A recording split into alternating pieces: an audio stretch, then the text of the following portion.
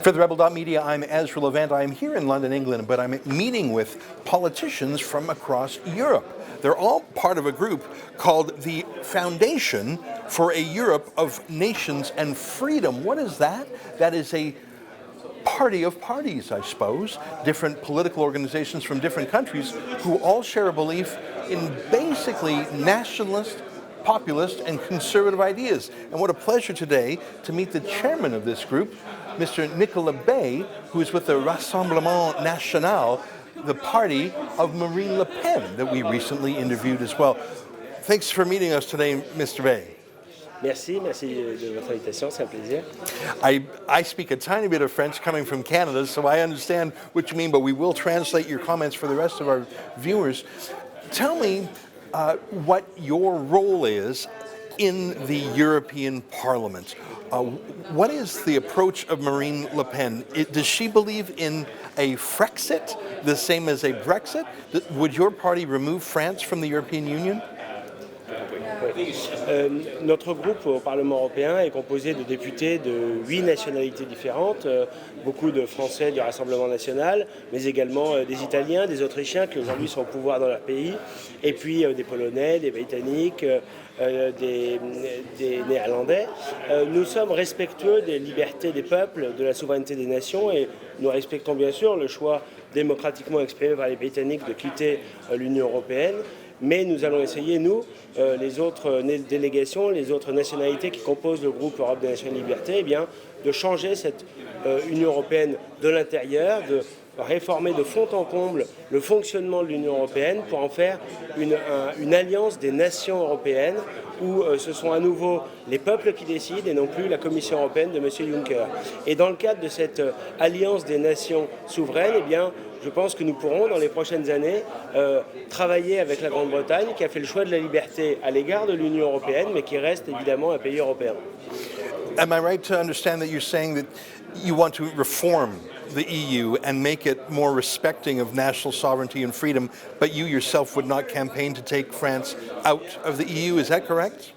Oui, nous pensons qu'il est possible aujourd'hui de changer l'Union européenne totalement, à la fois ses orientations politiques et son fonctionnement. Le fonctionnement de l'Union européenne est antidémocratique, ses orientations politiques sont désastreuses, l'accueil de l'immigration, la suppression des protections économiques, la concurrence économique déloyale, tout ça il faut le changer, mais aujourd'hui s'exprime partout en Europe, partout sur le continent, cette volonté d'une Europe différente.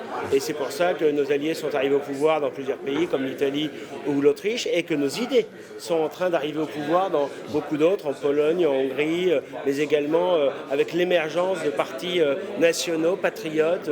Je pense par exemple à Vox en Espagne. Let me ask you, if the Brexit does go ahead next month, and if the United Kingdom leaves the European Union, does that make it easier or harder for reformers like you and maybe Matteo Salvini? Does it make it easier or harder? Part of me thinks you're losing an ally, but another part of me thinks what remains will be more vicious. I think the European Union has been vicious towards the United Kingdom. How's it going to be in a month? Je crois que si le Brexit finit par avoir lieu, et tout a été fait par les institutions européennes pour que ce Brexit se passe le plus mal possible, eh bien, ça ne nous empêchera pas de construire l'Europe différemment et de pouvoir faire de la Grande-Bretagne demain un partenaire, évidemment, politique, économique privilégié. C'est pas parce que la Grande-Bretagne sort de l'Union européenne que pour autant, elle n'est plus un pays européen. Bien sûr que la Grande-Bretagne est un pays ami et un pays voisin qui fait partie pleinement de l'Europe. Michel Barnier et Theresa May sont deux personnes qui étaient résolument opposées au Brexit et qui n'ont jamais accepté la décision souveraine du peuple britannique. Ils ont donc négocié un accord qui va à l'encontre des intérêts de la Grande-Bretagne, qui sert exclusivement la vision coercitive et contraignante qui est celle de Bruxelles, qui est celle de la Commission européenne. Il faut sortir de cette logique, privilégier des relations équilibrées qui respectent les spécificités des nations et les choix démocratiquement exprimés par les peuples. I'm not an expert in the EU, I'm relying on you, but it seems to me that the free transit of people and labor and goods, that's the essential promise of the EU. How does that work in an age of mass migration, especially from Africa, from North Africa, illegal migration? Would the Rassemblement National call for an end to borderless Europe? Would you put up a border fence? Do you believe in the Schengen free movement zone, or would you go back to real borders? Mais je crois que c'est un des grands échecs de l'Union européenne. L'Union européenne s'est construite autour de deux grands dogmes, de deux grands principes quasiment religieux, quasiment intangibles, celui de la libre circulation des capitaux, des biens et des personnes, et celui de la fameuse concurrence libre et non faussée. La libre circulation des capitaux, des biens et des personnes, ça a asservi l'économie réelle à la finance, et ça a provoqué et amplifié même un phénomène migratoire de quasi-invasion des pays européens. Et puis la concurrence libre et non faussée, en réalité, ça a abouti à une concurrence déloyale aussi bien à l'intérieur de l'Union européenne, avec par exemple le travail détaché, qu'à l'extérieur, en multipliant les traités de libre-échange. Il faut sortir de cette logique-là. Les Britanniques ont été prudents, plus vigilants que les autres pays. Ils avaient compris qu'il ne fallait pas rentrer dans Schengen et ils ont eu raison. Aujourd'hui, il faut sortir de cette logique de la libre circulation. Il faut évidemment avoir des coopérations pour protéger les frontières extérieures de l'Europe et il faut par ailleurs établir des contrôles de nos frontières nationales. Ça n'empêche pas la circulation des Européens sur le continent européen, mais il doit y avoir des contrôles aux frontières parce que la libre circulation des biens et des personnes, ça aboutit aujourd'hui à la libre circulation des armes, des terroristes, des djihadistes, des criminels et aussi d'immigrés qui viennent illégalement et parce que les pouvoirs publics dans beaucoup de pays d'Europe, à commencer par la France, font preuve d'un grand laxisme, eh bien, quand ils entrent ou qu'ils se maintiennent illégalement, ils ne sont jamais renvoyés dans leur pays. Thank you for your time. I just have one last question, and I've got to ask it. I have been watching Les Gilets jaunes week after week, and one of the things that's interesting to me is I think that Macron's response has been more and more brutal. I saw armored vehicles that had a European Union logo on it, a flag for the EU on an armored vehicle that was going to challenge the Gilets jaunes. Do you think that Emmanuel Macron has been too brutal, or do you think that that he has had the proper response to some protests that have turned violent? What's your take on his response?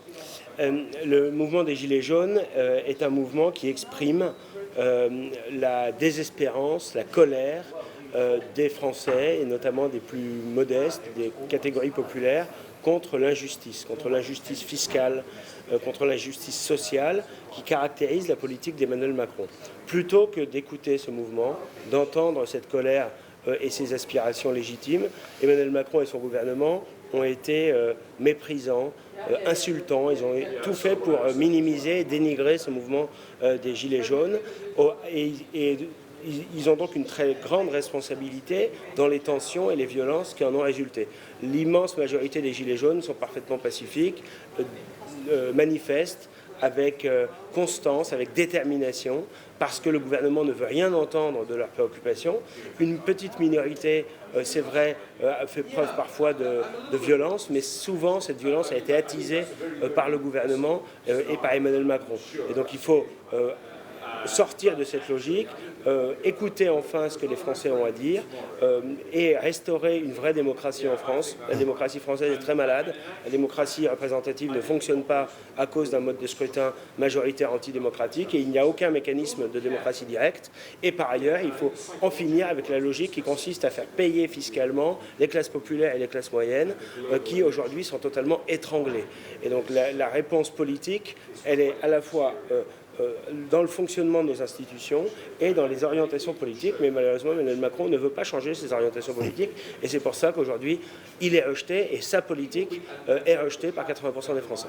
I'm very grateful for your answers. Thank you very much for your time and good luck in the conference. Thank you very Merci much. beaucoup. Merci. For the Rebel Media, I'm Ezra Levant.